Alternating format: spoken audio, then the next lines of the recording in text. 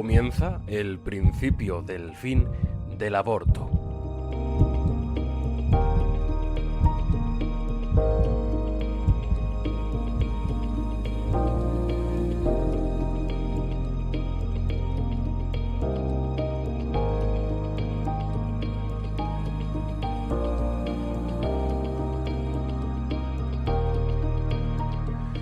¿Qué tal? Bienvenidos otro mes más, el segundo ya, a El principio del fin del aborto, un podcast en el que voluntarios de 40 días por la vida intentamos luchar contra el mayor genocidio que ha vivido la humanidad desde sus comienzos.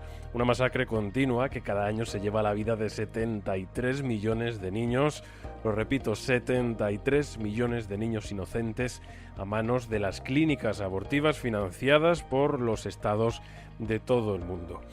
Y hoy, para comenzar, por si todavía no han visto la película El grito silencioso, el caso Roe contra Wade, nuestra joven compañera Olivia va a leerles una emotiva y estremecedora carta que aparece en la película, en la que un bebé narra diariamente lo que siente con su madre hasta que ésta le decide abortar. No es spoiler, aunque sí les recomendamos, por supuesto, que si tienen tiempo vayan al cine para visualizar esta película que pone en su sitio a las clínicas abortivas y cuenta cuál es la verdadera realidad del aborto.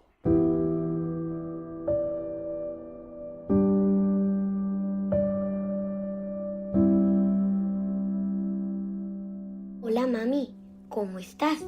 Han pasado ya 3 meses. Mami, te noto muy deprimida. No entiendo qué te pasa. Estoy muy confundido. Hoy en la mañana fuimos con el doctor y te hice una cita para mañana. No entiendo, yo me siento muy bien. ¿Acaso te sientes mal, mamita?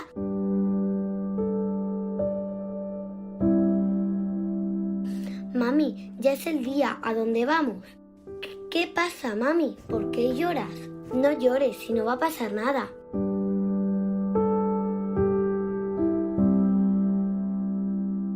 Oye, mami, no te acuestes, son las 2 de la tarde, es muy temprano para irse a la cama. Aparte, no tengo nada de sueño, quiero seguir jugando con mis manitas.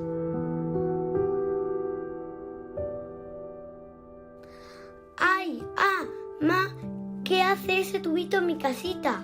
¿A poco es un juguete nuevo? Oigan, ¿por qué me están succionando de mi casa? Mami, esperen, esa es mi manita. Señor, ¿por qué me arrancan?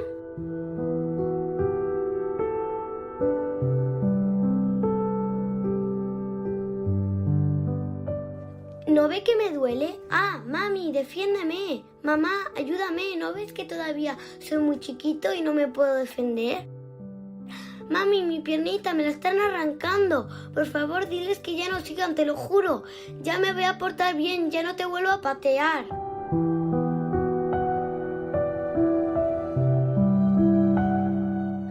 ¿Cómo es posible que un ser humano pueda hacer esto? Va a ver cuando sea grande y fuera. Mami, ya no puedo más. Mami, ayúdame.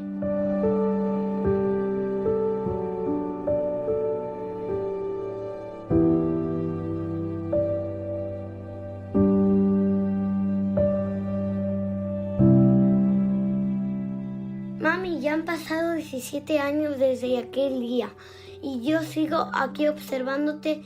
¿Te duele la decisión que tomaste? Por favor, ya no llores. Acuérdate de que te quiero mucho y aquí estoy esperando con muchos abrazos y besos. Te quiero mucho, tu bebé.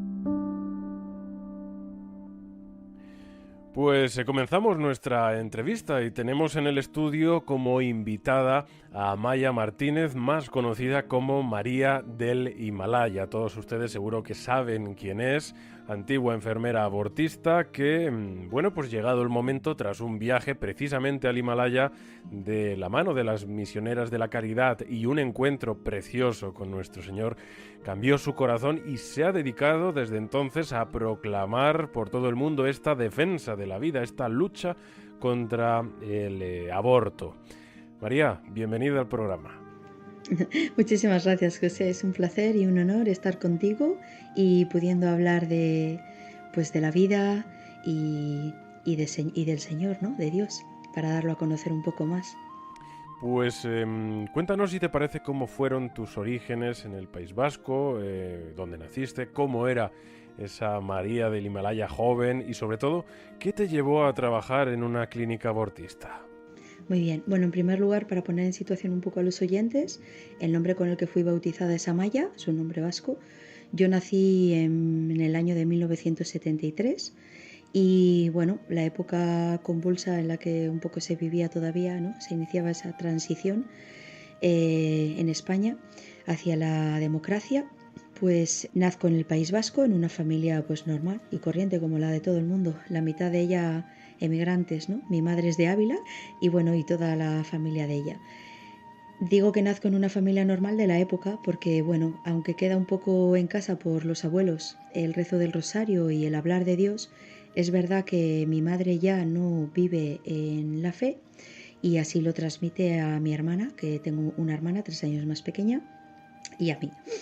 Solo tengo vagos recuerdos de ver a mi abuela rezar y de niña sí que me gustaba mucho pasar horas con ella, ¿no? Pero después en la adolescencia es cuando cambian, vamos a decir, todo, porque es, bueno, el momento en el que todos de alguna manera iniciamos o pretendemos iniciar ese camino propio. Así que como no se me ha educado en ningún momento, porque en mi casa no había práctica de fe de ningún tipo, para que esto quede claro, pues bueno, yo sigo más o menos ese mismo camino que he visto en mi madre, ¿no? Y a pesar de que he visto mucho sufrimiento a mi alrededor en el País Vasco por todo lo que ya se conoce, que se vivió todos esos años, los 80, los 90, y mi grupo de alrededor de amistades, pues de chicas también, empezamos a caminar y a escoger como opción todo lo que está empezando a venir también, ¿no? En esa apertura a la liberación o a lo que creemos que va a ser la libertad, ¿no? Así que empieza a venir toda la ideología de género con el feminismo, sobre todo con el feminismo, con ese feminismo que no tiene nada que ver ni se parece en absoluto al feminismo de ahora. En ese momento en mi corazón que hay mucha sed de justicia para la mujer, comienzan todos mis caminos de una búsqueda insaciable de lo que es, pues de lo que es justo y de cómo volver a recolocar, ¿no? A la mujer en el lugar que le corresponde en medio de este mundo, de esta sociedad. Por lo tanto, en ese momento, pues yo, por supuesto, me declaro feminista y el primer acto libre y consciente que hago, aunque tengo que decir que no sé muy bien lo que estoy haciendo, sino que me estoy dejando arrastrar, lo primero que hago es una renuncia de Dios. Renuncio a Dios, renuncio a la fe y sobre todo renuncio a la Iglesia Católica, ¿no? Y a la moral que de ella sale. Por lo tanto, acojo todo lo que viene de esta ideología del feminismo, esta lucha, este grito por la libertad. Apruebo yo también el derecho a abortar como un derecho que tiene solamente y exclusivamente la mujer. Disculpa, María, un momento que te interrumpa, pero realmente para los creyentes y para muchos no creyentes que están a favor de la vida, es difícil entender qué se pasa por la cabeza de una persona ciegamente defensora del aborto. Desgraciadamente hay cientos de millones de seres humanos con esta mentalidad en todo el mundo. ¿Por qué se defiende de esa forma tan fervorosa? ¿Qué es lo que se piensa? Bueno, cuando doy los testimonios por muchas partes del mundo donde he estado, por cierto, el testimonio se puede escuchar ya en francés, en inglés, en ruso, en polaco, en italiano, para información de todos, ¿eh? La verdad es que siempre se va a buscar con la lógica, con la razón, y creo que ahí ese es el primer error, ¿no? Bueno, ¿qué necesita una ideología para implantarse? Pues necesita destruir absolutamente uno de los grandes pilares que tenemos, que es bien entendido, por supuesto, la moral del ser humano y lo que es natural e innato a la creación y nosotros como seres creados. Quiero decir con esto, si se intenta entender esto como otras muchas cosas, es decir, qué pasa por la cabeza de un padre que asesina a sus hijos, qué pasa por la cabeza qué pasa por la cabeza de los seres humanos ahora mismo que defendemos y nos rasgamos las vestiduras defendiendo a cachorritos de gatos, de perros y árboles, y en cambio llenamos de sangre y de restos humanos pues abortorios, ¿no? ¿Qué pasa por la cabeza de los jóvenes, como fue en mi época y como lo está siendo ahora? Pues para maltratar a los padres, para pegar incluso físicamente a las madres. ¿Qué pasa por la cabeza de un país cuyo gobierno cree que es lícito aprobar la pederastia, es decir, que un adulto abuse? Es más, voy a ir más allá. ¿Qué pasa por la cabeza de una mujer como Irene Montero para declarar últimamente, que es lo que ha hecho, que los niños son libres para decidir con quién mantienen relaciones sexuales, ¿no? Pues si lo intentamos entender desde la lógica y desde la razón, fracasaremos y nos llenaremos de odio contra el hermano. Si lo entendemos desde la ley y lo intentamos entender desde la ley natural, nos parecerá antinatural todo lo que estamos viviendo. Como voy a responder con unas palabras de un santo que creo que quiere todo el mundo. De dos, San Francisco de Asís primero, ¿no? ¿Qué está pasando? ¿Qué pasa en las cabezas? Pues ¿qué pasa? Pues que el amor no está siendo amado. Es decir, cuando en el corazón desaparece la ternura, la dulzura, el amor, la compasión, la misericordia y el bien supremo, entonces hemos abierto la puerta a que pueda suceder cualquier cosa. Por eso me remito a las palabras de Madre Teresa de Calcuta. Si una mujer es capaz de asesinar en su vientre materno a su propio hijo, ¿qué no seremos entonces capaces de hacernos los unos a los otros? La guerra ya ha comenzado hace tiempo y comenzó entre las madres contra sus hijos. A partir de ahí, pues todo se ha convertido en una guerra. Por eso la guerra de Ucrania, por eso las guerras de los hogares, por eso la violencia que nos empeñamos en con leyes impedir, pero que no están dando ningún tipo de fruto. Es así, no estamos revisando los frutos de las leyes. Entonces, bueno, esa es la realidad. Por eso, ¿qué pasa por esas cabezas? Bueno, el mal. El mal que, como nos hemos olvidado de Dios, también Él ha ganado una batalla. Nos hemos olvidado de que existe el mal y espíritus que nos poseen en el pensamiento, haciéndonos hacer obras de maldad. Nos corrompen y ya está todo abierto. Y bueno, como decías, todo eso se puede observar también, no en el sano feminismo que tanto bien ha hecho la mujer, sino en ese feminismo radical que se ha implantado en el mundo y en todos los estamentos de la sociedad y al que tú también te sumaste. ¿Cómo fue ese proceso? Cuéntanos, ¿qué te llevó a acabar ahí? Bueno, a mí me seleccionan para trabajar como profesional sanitario en los quirófanos. Primero, en principio no es en un quirófano, me seleccionan después de un proceso de selección para una clínica de mucha reputación en Bilbao. En ese momento era una de las más famosas y exclusivas de Bilbao, de todo el País Vasco me atrevería a decir, incluso del extranjero, porque venían desde Francia y del resto de España a hacer abortos, ¿no?, a esa clínica. Los mejores especialistas en ese momento de todo lo relacionado con la ginecología y con la obstetricia estaban en esa clínica. Me contratan para trabajar en un primer lugar como asistente del ginecólogo para pasar consultas de ginecología y de obstetricia, lo que yo denominé esa planta del cielo. ¿Por qué? Pues porque todas las mujeres que están allí están embarazadas, están esperando con esperanza, con alegría y con gozo, bajo muchas circunstancias, no todo eran vidas idílicas y perfectas, no, pero habían dado el sí a la vida que llevaban en su vientre. Y es curioso la terminología en palabras que utilizábamos, ¿no?, y que bajo ese protocolo teníamos que utilizar en esa planta, digo, del cielo. Pues desde el primer momento donde la ciencia ya ha demostrado el primer momento de la concepción hay vida, pues cómo llamábamos hijo a esa vida que latía y se gestaba y a la que se iba a permitir evolucionar hasta el momento del parto en el vientre de su madre, ¿no? Cómo era acompañada por la pareja o por los padres, da igual, por la familia, vamos a decir, para gozar de la alegría de esa espera, ¿no?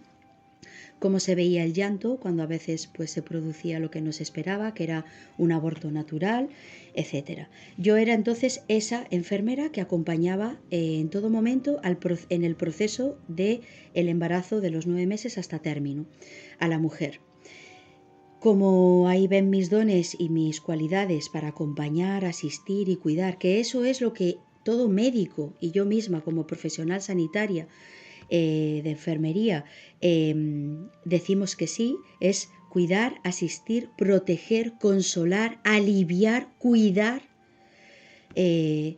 al sufriente, que en este caso no es al enfermo, porque una mujer embarazada no está en absoluto enferma, no tiene ningún tipo de enfermedad ni de patología, sino que se la acompaña en esa dulce espera hasta término, ¿no? Pues como ven esos dones, entonces es cuando deciden, también me valoran un poco en mi forma de pensar, en mi ideología, la que ya se ha implantado por completo en mi interior, ¿no? Proponen bajar a los quirófanos a trabajar. Al principio, por supuesto, no es ya como asistente de quirófano, ¿no? en el aborto, sino que primero hay una serie, me prueban de alguna manera con otros especialistas y otras cirugías para valorar un poco mis capacidades, ven que tengo un don y es así, por lo tanto ponen todas sus expectativas en mí y yo también codicio, lo reconozco, pues llegar a ser esa jefa de quirófano, ¿no? en la que pueda demostrar mi valía, mis capacidades, mis dones, como todos creo que en el mundo, ¿no? Y bueno, entonces es cuando se me hace la propuesta seria, porque no se hace así de golpe, por supuesto. La propuesta seria es que me dicen para qué realmente también me quieren, ¿no? Que ocupará en realidad todo mi trabajo, porque me convertiré en ese momento en una enfermera abortista de lunes a jueves, desde las 7, 6 y media de la mañana que empieza mi jornada laboral en el quirófano realmente, con todos los preparativos de lo que tiene que hacer una enfermera abortista, en este caso en una clínica privada, hasta las 2 o las 3 del mediodía. Mi trabajo siempre culminará de la misma manera, que es limpiando todos los restos de sangre y de restos humanos, tanto de tejido de restos de las mujeres que se tumbarán en aquellas camillas, como los restos de sus hijos. Esa es la terrible verdad de lo que sucede ahí abajo, ¿no? Durante todas esas mañanas, de lunes a jueves, desde las 8 aproximadamente que se recepciona la primera mujer que está allí con una cita, hasta las 2 o las 3 que termina la última, cada 10 minutos más o menos, en ese tiempo, en ese año, sobre el 2000, cada 10 minutos pasará una mujer a la que pues asesinaremos a sus hijos dentro de su vientre materno. ¿Por qué lo llamo asesinato y no interrupción voluntaria del embarazo? Porque igual que nuestros gobiernos saben del poder de las palabras, pues yo también sé del poder de las palabras. Entonces, lo llamo exactamente igual que lo llamó la primera mujer que lo llamó así, que es Madre Teresa de Calcuta, cuando recibiendo, recuerdo, el Premio Nobel de la Paz, así lo llamó, asesinato. Y me permito el lujo de llamarlo así porque soy yo la que ha estado en esos quirófanos. Lo digo para todas las mujeres que crean tener derecho a opinar. Yo no estoy opinando, estoy relatando unos hechos objetivos, medibles y cuantificables, porque por eso me tocaba también a mí limpiar los restos. Por lo tanto, ahí abajo lo que hacemos es asesinar en el vientre materno de mis hermanas, las mujeres, a sus hijos, por diferentes circunstancias y hechos en sus vidas, todas por supuesto difíciles y dramáticos, o por puro egoísmo, y no voy a entrar a valorar nada de esto porque por misericordia como la misma que yo tuve es por lo que me guío. Por lo tanto, no voy a juzgar en ningún momento el hecho que lleva a una mujer a tomar esa decisión, pero sí voy a entrar a valorar que se la obliga a hacerlo. ¿Y por qué digo esto? Porque en el momento en el que se nos presenta solo la mitad de la cara de una moneda, se nos está privando de la auténtica libertad, que es el conocimiento pleno de la verdad. Yo no puedo decidir con plena libertad si no tengo conocimiento de la plena verdad. ¿Y por qué digo esto? Porque no se les está dando la plena verdad. Por eso digo que son utilizadas, manipuladas y en un momento vulnerable, el más vulnerable en el que puede encontrarse una mujer, bajo presión y posesión absoluta de los otros codiciosos de dinero, porque eso es el aborto, un gran negocio de dinero, las obligamos a aparecer en aquel quirófano donde, como yo, una enfermera las asistirá, las tumbará en aquella camilla y evitando los problemas se hará lo más rápido posible el asesinato de su hijo. ¿Por qué digo lo más rápido posible? Porque nos interesa que pasen muchas mujeres en esa máquina imparable de asesinar seres humanos, ¿no? Es el holocausto de este siglo.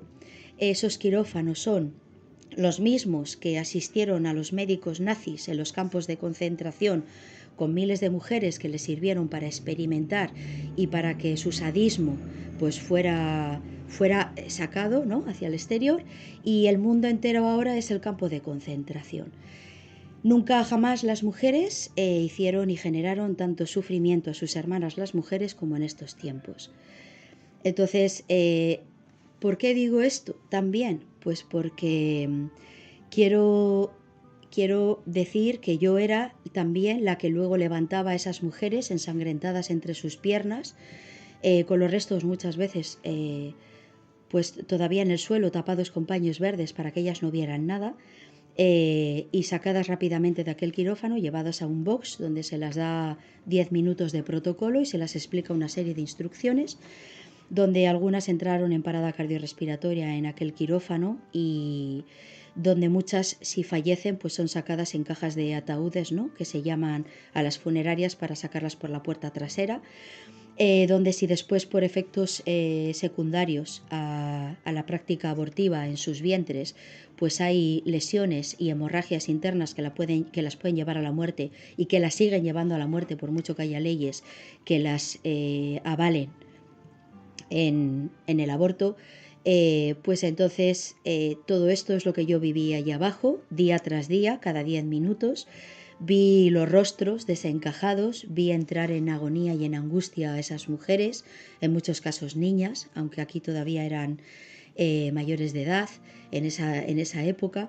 Vi el después, cuando se agarran sus vientres, cuando lloran y gritan, que no quieren entrar al quirófano, que han cambiado de idea, pero es que ya hemos salido de ese quirófano. Las he visto en estado de shock, las he visto en negación, las he visto paralizadas por el estado de shock en el que se encuentran al ver lo que ya ha sucedido. He llamado taxis para que las vengan a recoger porque están absolutamente solas y he visto el post. He hablado con miles de mujeres ahora a lo largo del mundo entero que han abortado no una y hasta 17 veces he conocido mujeres que han abortado. He visto cómo han perdido la dignidad en esos quirófanos. Y he podido por eso constatar que cuando una mujer toma esta decisión y entra a esos abortorios, ya nunca más saldrá siendo la misma y nunca más volverá a ser la misma. Ajá. Y bueno, pues realmente, María, esto es un matadero. Básicamente porque en primer lugar entran las mujeres sin saber dónde van, como los animales. Es una deshumanización también para el ser humano. Se las engaña con las palabras. Tampoco hay una interrupción voluntaria, sino que se finaliza la vida. Como decimos, no es voluntaria, sino que está obligada por la pareja, los padres, la sociedad, las circunstancias, en fin, por el abandono. Las circunstancias, sí. Y sobre todo por el abandono de una sociedad inmoral que ve como camino rápido quitarse este problema de encima. Y por otro lado también, cuando una mujer, y muchos hemos sido padres, da a luz, ya lo sabemos, tiene que estar varios días en el hospital, bien cuidada, bien observada, para evitar males mayores, e incluso así muchas mujeres tienen sus complicaciones. En el caso del aborto es inmediato, ¿no? inmediato, igual que la pastilla del día después, igual que en todos los métodos abortivos que están utilizando ahora mismo, en donde se miente, ¿no? Se le da fácilmente una pastilla a una niña ahora que puede acudir perfectamente y no pasa nada, tú te la tomas y ya está. Pero está ahí el caso de Abby Johnson, ¿no? Como ella cuenta que en varias ocasiones tomó la pastilla y cómo cuenta que creía morir, ¿no? No corresponde absolutamente nada lo que se les dice a lo que es la realidad. Las mujeres entran a esos quirófanos creyendo que casi es como tomarte una cerveza y un tapeo, ¿no? En pleno centro de Madrid. Y tampoco se las habla del trauma post o el post-trauma que quedará al salir de ese quirófano. Físico, psicológico, moral, emocional, que somatizarán. ¿Y cuáles son muchos de esos signos? Pues podemos mencionar alguno que la Organización Mundial de la Salud no puede reconocer, porque entonces reconocería que es un mal el aborto, y como mal no puede estar nunca apoyado por una organización que protege la sanidad de la humanidad. Entonces, ¿cuáles son? Pues mismamente físicamente. Si el doctor tiene un mal día, como he asistido yo miles de veces y procuraba yo estar despierta. ¿Y por qué tiene un mal día un médico? Pues porque o no se ha tomado los suficientes estimulantes o porque se ha pasado de la raya de las anfetaminas, o porque ha discutido, o porque está cabreado, o porque tiene un mal día, o porque está cansado del trabajo y del sueldo que tiene. Pues se pasará con los hierros que introduce vía vaginal en la mujer, así que le puede perforar el útero, lo que la incapacitará a la mujer para volver a ser madre cuando quiera, como nos están enseñando ahora. ¿Qué más puede ocurrir con las técnicas? Pues que las pinzas que se introducen para vivo el bebé, su hijo, aplastarle, por ejemplo, el cráneo en el interior del útero, que es otra técnica que se utiliza, o el ácido que se introduce en otras técnicas para quemarle vivo, dependiendo del tamaño, que es un ácido clórico que se introduce para quemarle vivo, pues puede dañar las paredes del útero, puede dañar las trompas, puede incluso perforar la vía rectal, por lo tanto tendrá pérdidas e incontinencias fecales esa mujer, puede también lesionar de forma crónica las vías urinarias, por lo tanto podrá padecer de incontinencia urinaria para el resto de su vida, etcétera, ¿no? ¿Qué más cosas? Eso son físicas. Hemorragias internas porque no se ha completado y ha quedado restos humanos de su hijo en su interior o de placenta, por lo tanto la puede ocasionar una infección que, si llega a ser generalizada, pues la lleva a la muerte. Por ejemplo, daños que son los que he palpado, psicológicos, emocionales, vamos a decir, somatizados, pues la incapacidad de dejarse amar y la incapacidad de amar. Eso ya es lo suficientemente grave, ¿verdad? Cuando somos seres creados para amar y para dejarnos amar. Y respecto a este tema, evidentemente hay que rezar mucho por todos estos trabajadores abortistas. No se les puede ni se les debe juzgar ni atacar, por supuesto, sino que hay que intentar ayudarles a que se den cuenta del mal que hacen. Cuando estabas con otras enfermeras en vuestros ratos de descanso, ¿de qué hablabais? Por ejemplo, si alguna disentía, ¿qué es lo que ocurría? ¿Qué pasaba? En primer lugar, no se habla. Yo, para que os hagáis a la idea, ni siquiera mis padres, yo en ese momento ya estaba casada, ni siquiera mi esposo sabía a qué me dedicaba en esa famosa clínica, ¿no? Solo mi esposo muchas mañanas me veía vomitar. Cada vez que iba a trabajar vomitaba. O me veía ducharme de forma compulsiva. ¿Por qué te duchas tanto, no?, me decía. Pero no se habla. Yo solamente tengo una conversación con uno de los ginecólogos, ¿no?, con los que trabajo. Muy al principio me fui a tomar con él una cerveza. Además fue curioso porque no estoy segura, no fue después de esos abortos, ¿no?, sino que fue más bien después de haber ido con él a asistir un parto. Y entonces yo le hablé de lo que había acabado de empezar a hacer como enfermera abortista y que él también hacía en esos quirófanos.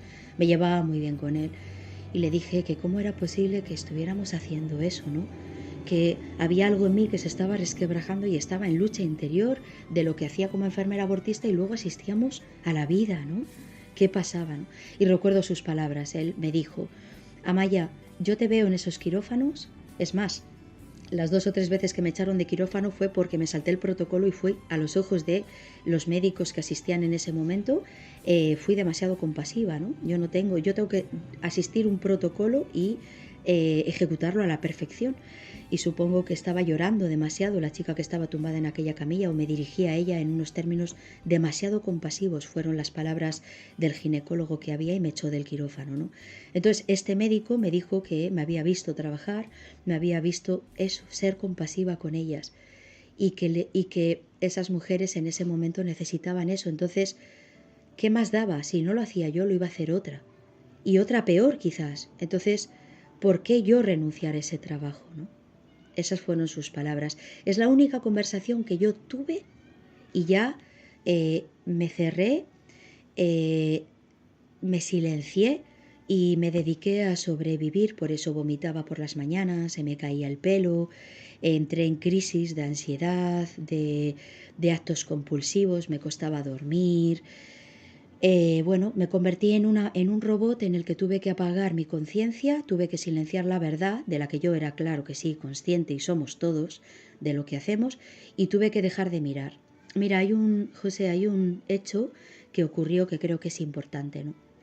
Un día todos los restos caen a un cubo, que yo llamo la fosa de este holocausto, ¿no? Donde caen esos restos, y yo lo tengo que tirar a una sala contigua, a un triturador en concreto, que tritura mucho más todos esos restos, y que se vierten a un contenedor donde se cataloga como restos biológicos humanos, pues como el de cualquier otra intervención quirúrgica. Ese es el fin del proceso del no nacido, ¿no? Y entonces, por ejemplo, como dato, ese triturador tiene un ruido característico que muchos años después, yo tenía una batidora americana en mi casa donde ponía en funcionamiento cuando quería hacer cosas, ¿no? Y siempre la tenía que apagar. Nunca entendía por qué acudía rápidamente a apagarla. Había algo en mí, ¿no?, que saltaba, y que, fijaros, si escondía en lo más profundo, ¿no?, de mí lo que había hecho, para olvidarlo completamente, ¿no?, para incluso negarlo y no reconocer que yo había hecho eso. Pero solo la batidora americana me intentaba, yo creo que me recordaba el ruido, porque es el mismo ruido del triturador.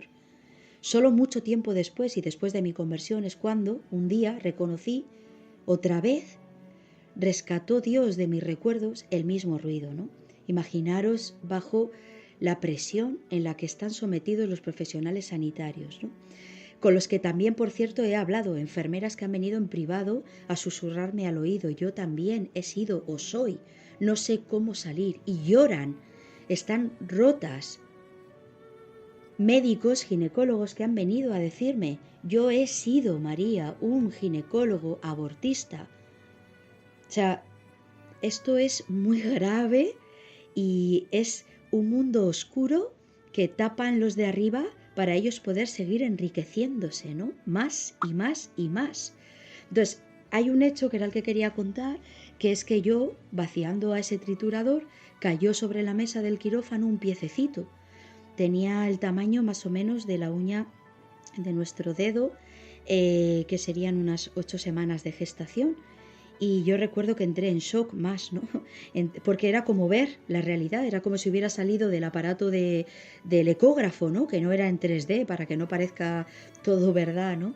Y salió, pero tomó vida por primera vez y quedó allí puesto, ¿no?, formado, con los dedos. Y yo, me agarré a la mesa y empecé a entrar en pánico. Y fijaos lo que pensé, pues la verdad vino a poseerme de nuevo, ¿no? Y yo dije: si ese pie es el de una niña, o sea, es el de una mujer. ¿Cómo puedo estar sustentando, cómo podemos estar sustentando un movimiento en defensa de las mujeres, cuando este pie puede ser perfectamente el de una futura mujer que no va a tener oportunidad de nacer, de vivir, de ser, de existir, porque otra mujer, yo y su propia madre mujer, le hemos privado de ese derecho? Ese es el primero de los derechos. ¿Cómo podemos sustentar un feminismo sobre el cadáver de miles y miles de mujeres del mundo entero? ¿Quién las representa entonces a ellas? Y entré en conflicto, entré en shock, ¿no? Porque estaba viendo la verdad. Entonces, pero yo recuerdo que pasó una compañera mía de trabajo que ya llevaba en ese infierno muchos más años que yo. Por lo tanto, ya ahí, para que la gente se haga la idea, no tenemos corazón ni sentimientos, ¿no? Ya nos hemos convertido en lo que hacemos, que es muerte pura, ¿no? Y muerte, muerte, y muerte, y más muerte, y desolación, y sufrimiento, y llanto, y dolor, y odio, y frustración, y rabia. Todo eso está ahí abajo en esos quirófanos, ¿no? Y entonces ella me preguntó que qué me pasaba. Yo creí incluso que había llegado a imaginarme el pie, ¿no? Pero no, ella me dijo, ¿tú quieres seguir trabajando aquí?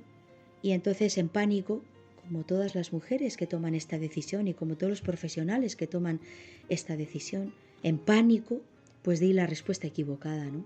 ¿Y por qué tuve pánico? Pues porque yo pensaba que si me despedía, mis jefes iban a querer saber el motivo. Yo era su excelencia, ¿no? ¿Dónde? ¿Qué pasa? ¿Que te subimos más sueldo? ¿Quieres otras condiciones? ¿Y qué iba a decir yo? Y entré en pánico, ¿no? Porque iban a impedir que yo trabajara en otro lugar el resto de mi vida. ¿Qué iba a decir al mundo exterior, a mi esposo, a mis padres? ¿Qué iba a decir a ese movimiento feminista? Y yo sabía también lo que ellas me iban a decir. ¿Y es que tienes ahora de pronto emociones? Yo sabía que me iban a decir, por un bien superior es necesario este sacrificio. Fijaos, ¿no? Entonces yo le dije, sí, quiero seguir trabajando aquí. Y entonces ella me dijo, bien, entonces eso no es un pie, eso es un coágulo.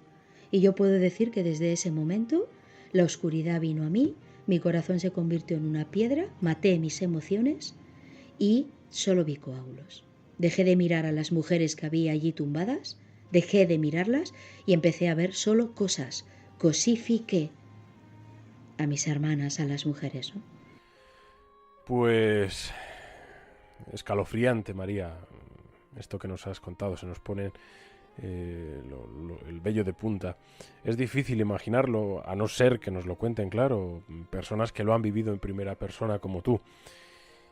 Y si te parece, ahora sí que quería centrarme un poco más en las cifras. ¿Qué números de abortos se manejaban en la clínica donde trabajaba? Sabemos que en el mundo son 73 millones de asesinatos al año, que mueve billones, no millones, billones de dólares, y nos podemos encontrar incluso varios tipos de abortos. Algunos podríamos decir incluso más VIPs, otros dependiendo de los meses del embarazo un poco más económicos, otros un poco más caros. También existen las pastillas. Uh-huh. Bueno, pues es difícil de calcular, pero podemos hacer todos más o menos una visión. Solo esa clínica, de lunes a jueves, de entre las 8 a las 3 del mediodía, cada 10 minutos, pasaba una mujer. 300, de lunes a jueves, que son los días de la semana que se dedicaban a eso, y es que el aborto costaba dependiendo del número de semanas de gestación. Es decir, cuanto más grande el bebé, más caro era. En realidad no era porque costara más, eso no era porque ellos intentaban sacar el mayor beneficio posible. ¿Por qué? Pues que esos abortos ya no querían hacer y casi nadie y muy pocas clínicas hacían. Recuerdo además que los jueves estaban un poco reservadas sobre todo a mujeres que venían de Francia. Eran los bebés más grandes. Entonces podría llegar a costar, pues en esos momentos que ni siquiera estaba el euro, imaginaros, ¿no? Eran las antiguas pesetas. ¿Qué os diría yo? Pues desde 200, 300 euros que serían ahora hasta 1.000 y pico euros, ¿no? ¿Y qué te parece, María, la nueva ley que ha implantado este gobierno de España, promovido por el Ministerio de Igualdad de la Mujer, que intenta echarnos y encarcelarnos a los que rezamos frente a los abortorios? Ya sabemos que incluso por el País Vasco, por tu tierra, en Vitoria, la directora de la Ertzaintza les prohibió acercarse a menos de 200 metros, cuando es a todas luces ilegal, incluso siguiendo su propia ley. Según la propia ley. Pues me parece dos cosas. Voy a empezar por la esperanzadora y la gozosa, que ya lo sé que puede parecer increíble. Pero fijaros, ¿Cómo tiene que ser la oración del Santo Rosario delante de esas clínicas para que tengan que sacar una ley que prohíba supuestamente a 4 pelagatos rezar el rosario? Si no tuviera ningún efecto, si no valiera absolutamente para nada. Entonces, ¿creen en serio que necesitarían aprobar una ley? No, es el mal obrando. Es que los católicos hemos perdido la conciencia y el ser mismo del poder de la oración. Pero el mal no lo ha perdido. El mal sabe perfectamente del peligro y de cómo el bien y la luz y el cielo mismo viene a asistirnos cuando tomamos la oración más poderosa de este tiempo, que es el rezo del Santo Rosario. Pues han tenido que sacar una ley, así que yo digo, pues gloria a Dios y bendito, porque nos permite a través del mal volver a tomar conciencia y volver a agarrar nuestros rosarios. ¿Qué me parece? Pues por un lado eso, estoy feliz por lo tanto, y que son los tiempos de la persecución, o sea, es que pretender que no estemos perseguidos es un poco absurdo. Entonces, ¿qué hace el mal? Pues tiene a toda costa que silenciar la verdad.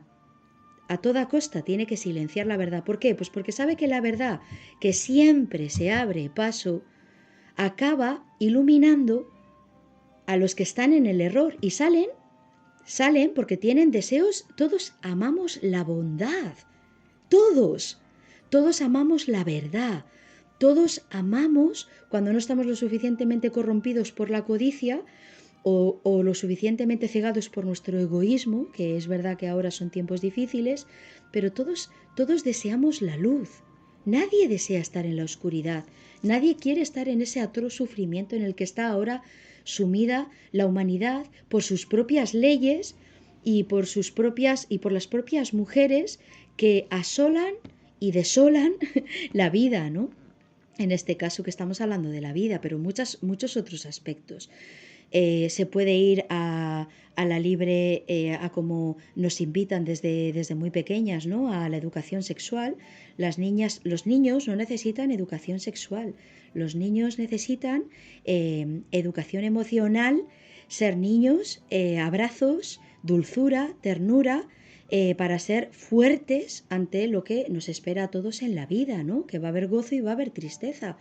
Entonces, vemos también cómo las mujeres, cuando se las hacen encuestas sobre todo tema sexual, pues volvemos a ver que el tanto por ciento es abrumador de las chicas, de las adolescentes que dicen sentirse forzadas a tener relaciones sexuales, no porque las violan, sino sentirse forzadas por esta sociedad que dice que es que eso es lo correcto, que es que eso es lo que hay que hacer, que es que, o sea, y las mujeres siguen hablando, pero nuestras políticas siguen mirando para otro lado y siguen codiciando tanto que siguen sacrificándonos para seguir enriqueciéndonos. Eso es lo que también se ha querido hacer con esta ley.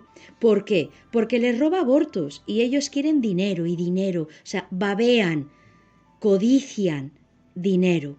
Todo les parece poco y quieren más y más y más. Luego se está utilizando para el control de la natalidad. Por supuesto que a mí me gusta llamarlo la cena de los idiotas, ¿no? Ellos quieren alimentar a pocos, esos pocos que sean esclavos y que les aporten lo que ellos necesitan para poder enriquecerse, y eso es la agenda 2023, creo, ¿no? De la ONU. 2030, sí. O sea, 2030, perdón, eso que me he ido al año que viene yo. 2030 de la ONU, ¿no? Entonces, es todo así. ¿Y desde dónde? Pues veréis, ya no tienen que quemar iglesias, ya no tienen que ir tanto directamente contra los católicos. Ahora tienen un sumo poder, es la ley. Entonces, es lo que van a utilizar. Y nosotros tenemos que estar felices y gozosos porque el que lleva esta lucha es Dios. Nosotros lo que tenemos que hacer es rezar más, mucho más. Orar más, con mucha misericordia y suplicando por estas almas que, como la mía, un día estuve en ese lado, y que todos los juicios de mis hermanos no sirvieron de nada más que para condenarse ellos mismos, porque Dios me sacó de ahí, que es a lo que vino Jesús, a sacarnos de esos infiernos, ¿no? Y a sanar a los enfermos y a hacernos ver a la verdad a todos. Y efectivamente hay muchas organizaciones como 40 días por la vida, desde donde promovemos el rezo del Santo Rosario como el mayor arma pacífica que tenemos para luchar contra el aborto. Evidentemente hay que actuar como cristianos, eso sí, de forma pacífica y económica para ayudar a las mujeres, mientras los estados sabemos que promocionan y subvencionan con miles de millones de euros a las clínicas abortivas. Lo repito, organizaciones como Omnes, Red Madre, Fundación Madrina o 40 Días por la Vida están formadas por voluntarios en su mayoría que no cobran nada y dedican su tiempo, su dinero y su vida a ayudar a las mujeres que lo necesitan y a sus bebés para que no sean abortados. Desde el Estado no va a ir ni un solo céntimo, así que somos nosotros los que tenemos que encargarnos personalmente de ayudar a estas mujeres. Esto es muy importante dejarlo claro, no se abandona a la mujer.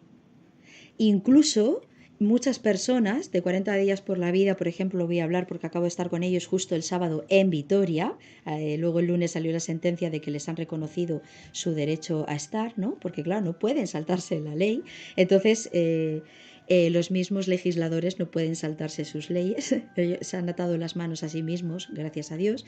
Entonces han dado sus propias casas, sus hogares, o han habilitado otra habitación más para acoger a la mujer que ha dicho que sí y ha seguido adelante con el embarazo. Yo aquí hago un llamamiento a todos, a todos los hombres, voy a decir así, hombres y mujeres, como le gusta hablar al gobierno, de buena voluntad, que quieren el bien y la verdad. ¡Ánimo, adelante! Nosotros, estos son estos tiempos, nosotros no tenemos que callar por mucho que una ley nos obligue a callar. La verdad no va a ser silenciada, y si a nosotros nos callan porque nos llevan a la cárcel, porque nos arruinan económicamente, y también hago un llamamiento a la propia Iglesia Católica. El problema del por qué están ganando aparentemente ellos es porque ellos están unidos en lo mismo. Son muchos menos, pero gritan más. Nosotros no necesitamos gritar porque tenemos el rosario, pero sí necesitamos unirnos todos a una. No puede nadie opinar, los católicos no opinamos, los católicos tenemos ya una doctrina de la Iglesia Católica bajo la que dócilmente nos dejamos guiar porque creemos que ahí está el Espíritu Santo. La Iglesia Católica dice que la defensa de la vida no es negociable. La custodia de la vida es en todos los momentos, desde su concepción hasta el último aliento que se da en esta tierra. Por lo tanto, todos vamos a una, remamos en la misma barca, a la misma dirección, bajo la misma bandera que es el amor y la misericordia de nuestro Señor Jesucristo.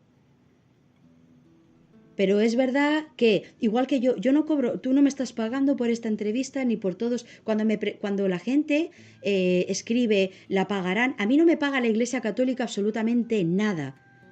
Yo lo he perdido, es más, todo. Vamos a examinar qué está ganando la otra parte por llevar a las mujeres a esas carnicerías y qué estamos ganando los que estamos saliendo. ¿Qué estamos ganando? Es nada, y qué estamos perdiendo es todo. Yo he perdido la dignidad aparentemente de cara al mundo. Soy insultada, corre peligro mi vida. Pues por supuesto que sí, porque amenazan, porque quieren silenciarte. A mí me importa todo un bledo, porque yo ya he estado en el otro lado, porque ahora es cuando verdaderamente estoy amando a las mujeres. Ahora solamente cuando uno se deja poseer por la verdad es imparable. Ese es el miedo que les damos. Pues ese es el miedo que les damos a los que están en el otro lado y como yo un día estuve. Eso es lo que tenemos que luchar los católicos y unirnos con el resto de cristianos que defienden la vida. Sí, y tenemos que darnos cuenta de que debemos ser también como esa pobre viuda de la Biblia que en el templo solo tenía una moneda y la ofreció. Los demás daban de lo que les sobraba y la mujer dio lo único que tenía. Ahí es donde se ve que las fundaciones proabortivas u organizaciones gubernamentales dan de lo que les sobra y los estados exactamente lo mismo. Todo, evidentemente, para ganar más dinero o para ganar votos. Los ricos son ellos. La pobre viuda son los voluntarios pro vida que lo hacen por un bien mayor, creo que se entiende, ¿no? Y me gustaría leerte, María, al respecto, para que también los oyentes pues lo tengan un poco más claro, qué es lo que hacen todas estas organizaciones a favor de la vida, en contra del aborto. Pues leyéndote, si te parece, un mensaje que circula mensualmente, claro, cada mes un poco diferente, ¿no? Pero lo hace por nuestros grupos de WhatsApp, acompañado por la fotografía de los niños que se van rescatando. Por ejemplo, este mes dice así: tu bebé es un regalo. Hola, nos gustaría presentarte a Santiago y Chloe. Marita se acercó a 40 días por la vida con gran tristeza al haber perdido el trabajo estando embarazada y con otro hijo de 11 años. Charo, mamá de Chloe, llegó a nosotros tras algunos problemas familiares. La solución que les ofrecían en la clínica era el aborto, pero ellas eligieron la vida de Santi y Chloe. Apoyemos entre todos a María y a Charo. Hemos creado una lista de deseos para hacerles un regalo entre todos con pañales, leche, toallitas, etc. Hagamos un regalo a la vida. A nosotros, como ves, como pueden observar todos nuestros oyentes, no nos financian, no nos dan 100 euros, 5 euros, 20 para nosotros, sino que a través de plataformas online, como esta, que no puedo decir el nombre obviamente, pero a través de estas plataformas muy conocidas, pues cada uno va comprando lo que puede de esta lista de deseos. Por ejemplo, necesitamos 20 bolsas de pañales. Pues una persona compra 3, otra compra 5, otra simplemente 1, y así hasta llegar a lo que necesita este bebé. Repito, estoy incidiendo bastante en ello, pero el Estado no da absolutamente nada por la vida. Algunas autonomías sí que lo hacen, pero desde el Estado español no se hace nada. Lo hacen particulares que deciden dar de lo poco que tienen para abrir una opción de vida a estas madres y a estos hijos. Así es. Bueno, yo quiero contar una de las cosas que más me ha conmovido en estos 5 años, creo ya, es que cada año de mi vida, yo digo cada mes, es una locura, es una aventura maravillosa y nunca he vivido con tanta plenitud a pesar del sufrimiento que también estoy viviendo, ¿no? Pero fijaos, hay un día, un testimonio, creo que fue aquí en España, y lo digo porque no recuerdo exactamente el sitio, pero no importa, es lo de menos. Era una parroquia, me habían invitado a dar el testimonio y se acercó, sí fue aquí en España, se acercó, es más, si no me equivoco fue en Cataluña, sí, se acercó una chica, una mujer, y llevaba a una niña, no tenía, yo creo que tendría un añito y poco, ¿no? Y llevaba una hoja, un folio de la mano, entonces se acercaron a mí, ella me dio las gracias y me dijo, bueno, tú no nos conoces, pero hemos pedido mucho a Dios, al que tampoco conocíamos, pero ahora ya le conocemos, hemos pedido que nos permitiera encontrarte. Y yo, ¿qué digo? ¿Y eso? Saludé, bueno, la niña era una preciosidad y me dice, mira, se llama María.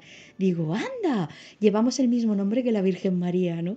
Y ella sonreía, llevaba una cosa en la mano y la mamá pues se emocionó mucho y me dijo, mira María, es mi hija, nació gracias a ti, porque, bueno, gracias al testimonio que tú diste, yo vi un vídeo a punto de abortar, yo lo vi, me lo pusieron y en ese momento yo rompí a llorar y en ese mismo momento amé a mi hija que estaba en mi vientre y que no sabía que era una niña, pero yo prometí que si era una niña pues que la llamaría como la mujer en realidad que la había venido a salvar y que no había sido yo, su madre al principio, ¿no? Que es tu nombre, María. Y la niña me había dibujado un dibujo. Estaba su madre, estaba yo y estaba ella, en medio de las dos, ¿no? Yo recuerdo, bueno, ahí me intenté controlar mucho, ¿no? Pero recuerdo que cuando me marché a la habitación esa noche, porque luego regreso siempre a habitaciones sola, ¿no? Esta vida es dura, ¿eh? Y entonces regresé sola a la habitación y yo no podía parar de dar gracias a Dios, gracias. Y recuerdo que pensé, ha merecido la pena todo y merecerá la pena todo solo por ver la sonrisa de esa madre y la fuerza con la que agarraba de la mano a su niña, ¿no? Y esa es la auténtica verdad. Y eso es lo que se están negando a mirar las mujeres que nos están dirigiendo. Mi invitación a ellas es esa. Decís amar a las mujeres, por favor, por favor. Yo haría cualquier cosa, me pondría de rodillas, suplicaría, no tengo ningún problema. Y solo diría, por favor, escuchad a las mujeres. Es lo único que les pediría, es lo que llevo pidiéndolas mucho tiempo, me he querido reunir con ellas. Por ejemplo, ellas, ¿no? Unidas Podemos en Valencia se negaron a recibirme. El PSOE también ni siquiera se dignó a recibirme. Yo creo que su trabajo es servirnos y empieza por escucharnos. Y a mí no me recibieron. Es lo único que puedo decir. Ese es el testimonio real de su forma de trabajar con las mujeres. Todo lo demás es todo mentira. Esa es la forma real con la que trabajan. Entonces yo quiero preguntar a las mujeres, si no me escuchan a mí, que soy mujer, ¿por qué creéis de verdad que trabajan por el bien vuestro? No es cierto, no es verdad. No les importamos en absoluto. Les importa solo la codicia del dinero y el poder. Entonces, y animo, por favor, adelante. Da igual que venga la persecución, da igual que nos lleven a la cárcel, da igual. Hay que seguir trabajando con obras de bien y de bondad. Llamo también y hago un llamamiento también a nuestros obispos, ¿no? Los necesitamos en primera línea de batalla, los necesitamos saliendo ahí a que no haya confusión, los necesitamos predicando la verdad, porque ellos son Cristo, les necesitamos más que nunca. Por eso les llamo a dar y ser testimonios y testigos de la verdad. Es importante que demos la vuelta a esta visibilidad que los medios de comunicación dan al aborto, la mayoría financiada por el gobierno y las grandes multinacionales, ¿no? Comprados, financiados, efectivamente, vamos a decirlo, sí. Las pocas cadenas de televisión y radio que quedan del lado de la vida, normalmente pertenecientes a la Iglesia, deben hacer un poquito más de ruido. Es importante hacer ruido. El Papa lo dijo en su momento. Haced ruido. El Papa Francisco ha pedido, vamos a salir a la calle a hacer ruido. El buen ruido, el buen ruido. Sí, no en caos, sino en orden, porque Dios es orden. Sí, y mira, María, los que son futboleros lo entenderán bien. Yo también, me encanta el fútbol. Normalmente, cuando se ve en la televisión un partido, por ejemplo, del Atlético de Madrid contra cualquier otro equipo y juega en el estadio del rival, pues se escucha más a los pocos seguidores atléticos que a la afición local. Es así, ocurre casi siempre, ¿no? Pese a que pueden ser perfectamente 500 aficionados contra 60.000. ¿Y por qué? Bueno, pues por una sencilla razón, solo una. Porque lo viven con pasión. Los cristianos debemos hacer lo mismo, vivir nuestra fe con pasión, hacer mucho ruido porque somos pocos, sí, pero tenemos la verdad de nuestra parte. Así es, mucho ruido. Pero es que la fe, Cristo, es pasión.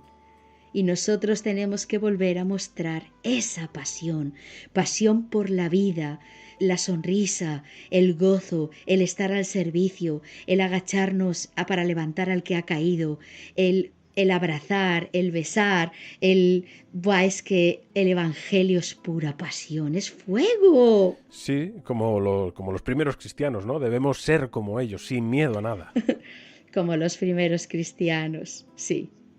Sin miedo a nada. ¿Qué es lo peor que nos puede pasar? ¿Que nos lleven a los leones y nos devoren? Bueno, pues ahí nos vamos a casa, de momento no hay leones, pero no hay... Bueno, de momento no hay leones sueltos. No es una metáfora. Sí. Y bueno, María, pues nos tenemos que despedir. Muchísimas gracias por esta hora que hemos compartido contigo, pese a que habíamos programado solamente media hora de entrevista, pero hemos estado tan a gusto que creo que lo han notado nuestros oyentes y de ahí que hayamos estado el doble de tiempo.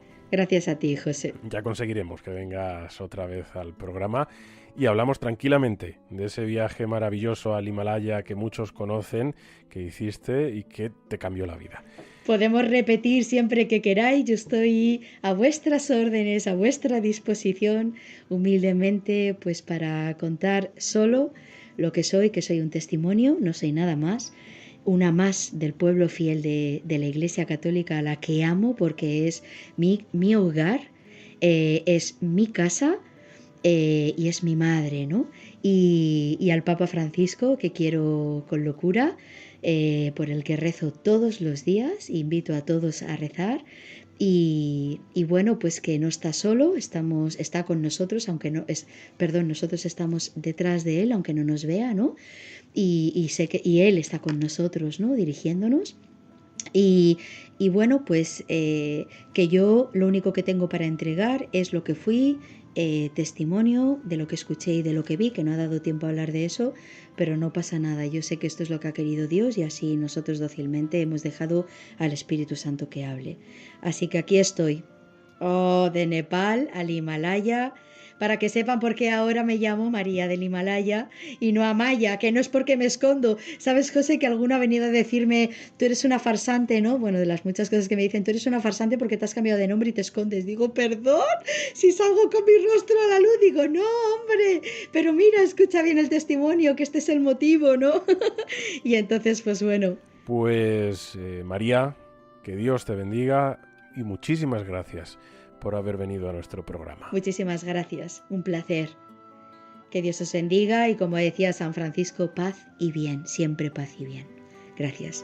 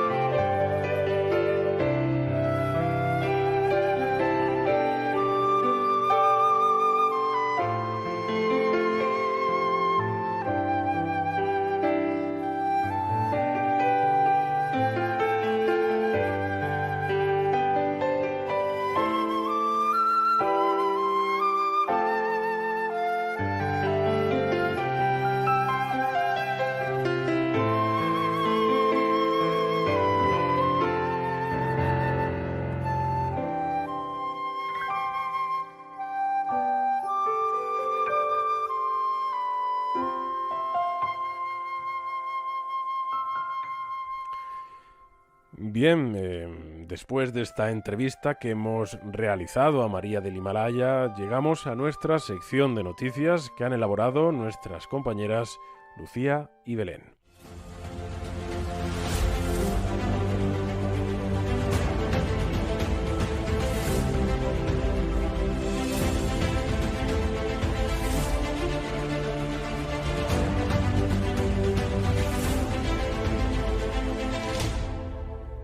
El periódico digital Religión en Libertad se ha hecho eco de un rescate frente a una clínica abortiva de Barcelona. Allí, Natalia, de 26 años, tenía cita para poner fin a la vida de sus 2 mellizos durante el 4º mes de embarazo. Según explica la joven, lo tenía todo en contra y decidió abortar bajo presión, a pesar de que sabía que eran 2 vidas y no quería hacerlo. No es plato de buen gusto saber que te vas a quitar a tus 2 hijos. Sin embargo, aquel día, y apenas había firmado los papeles, se encontró a los voluntarios de 40 días por la vida y Maternity rezando a las puertas del abortorio. Natalia inmediatamente sintió que algo en su interior le decía que no podía hacerlo y comprendió que los bebés no tenían culpa de nada y que no habían pedido venir a la vida. Finalmente, un voluntario la acompañó a hacerse una ecografía y poder ver a sus mellizos. Meses después, sus mellizos disfrutarán de una vida que estuvo a punto de arrebatarles. En dicha entrevista, la joven da un consejo a todas aquellas madres que se encuentran en su misma situación. Se puede, buscad ayuda y seguid adelante. Todas las que habéis estado como yo, sin apoyo, y que pensáis que es lo correcto, os puedo asegurar que os arrepentiréis el resto de vuestra vida. Coged todas las fuerzas posibles, tirad para adelante y sabed que se puede, que hay gente que os va a ayudar. También en España, Ascavide, una clínica abortiva de Vitoria, presentó una denuncia a comienzos de octubre en la Arzainza para acabar con la campaña de oración de 40 días por la vida de la localidad. La policía, amparándose en denuncias falsas de varios vecinos, emitió una investigación y su directora, Victoria Landa, dictó una resolución el pasado 5 de octubre por la que prohibía a los voluntarios acercarse a menos de 200 metros del abortorio. Por suerte, según informa Alicia Gómez Monedero, responsable de prensa de la organización Provida, el equipo jurídico de 40 días ha derrotado al Departamento Vasco de la Policía, en lo que se prevé como un importante paso contra la actual ley del aborto. Finalmente, el Tribunal Superior de Justicia vasco ha revocado la resolución de la directora de Ertzaintza, admitiendo que la Administración actuó incorrectamente al margen de las atribuciones recogidas en el ordenamiento jurídico aplicable al exigir la modificación del lugar de reunión. Asimismo, dictamina que la resolución recurrida no es conforme a derecho y que se podrá volver a rezar frente al abortorio sin ninguna consecuencia penal ni administrativa. Y en el Reino Unido se ha dictado una cláusula en el proyecto de ley de orden público por el que se crearán zonas de seguridad alrededor de los centros de aborto, haciendo ilegal interferir con la decisión de cualquier persona de acceder, proporcionar o facilitar la prestación de servicios ante el aborto en esta zona de seguridad, según recoge Infocatólica. Esta medida prohibirá tajantemente el libre derecho de reunión y de religión de los ciudadanos pro vida, así como la ayuda que prestaban a las mujeres que se veían obligadas a abortar a sus hijos o que no sabían que existía otra opción. Alicia Williams, responsable de políticas públicas de la Sociedad para la Protección de los Niños No Nacidos, indicó ante esta sentencia que este es un día negro para la democracia y las libertades civiles básicas. Ciudadanos normales y pacíficos se arriesgan ahora a ser encarcelados por el simple hecho de rezar en público y ofrecer ayuda a mujeres necesitadas. El Parlamento acaba de criminalizar literalmente la compasión, y esa es la cuestión. No se trata solo de un ataque escandaloso a las libertades civiles, sino que elimina un verdadero salvavidas para las mujeres. Muchos niños están hoy vivos porque su madre recibió ayuda y apoyo de una persona compasiva provida, fuera de una clínica. Muchas mujeres sienten que tienen que elegir si quieren abortar, y las vigilancias provida les dan opciones. Ahora les han quitado sus opciones.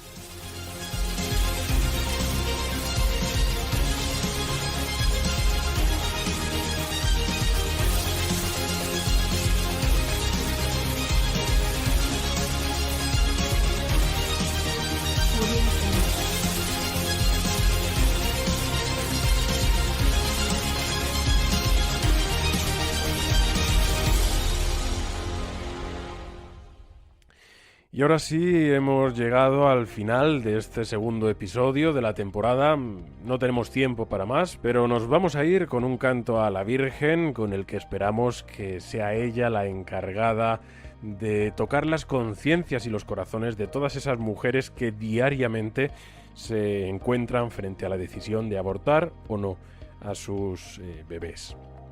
Y ojalá tomen el camino correcto, el de la vida, que comienza también por acabar de una vez por todas con las clínicas abortivas que tantos asesinatos se están perpetrando en todo el mundo. Ha sido un gusto acompañarles, les esperamos en el próximo episodio de El principio del fin del aborto. Con ustedes ha estado al micrófono José Carrillo.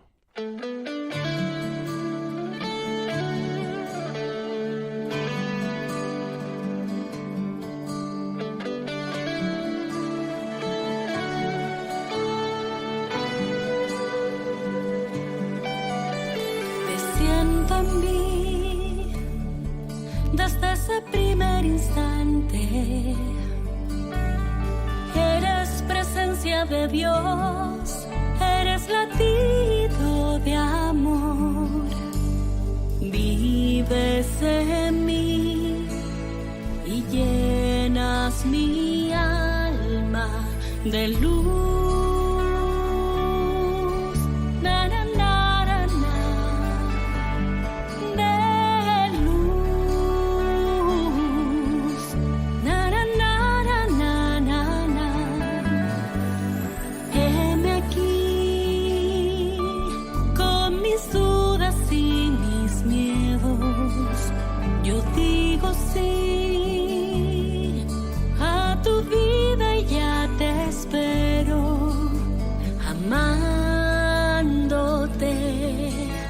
Soñándote, mi niño Jesús.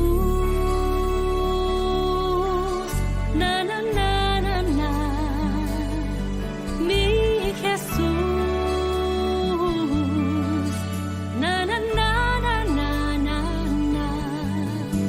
Mi corazón te está esperando. Mi alma te está cantando, mi vientre ya te está cunando,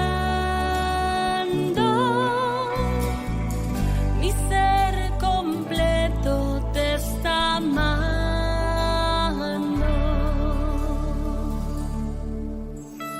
Vivas en mí desde aquella tarde en que el ángel me anunció tu llegada, mi amor. Yo soy feliz, en mi vientre estás creciendo, eres tú. Na, na, na, na, na. Mi Jesús.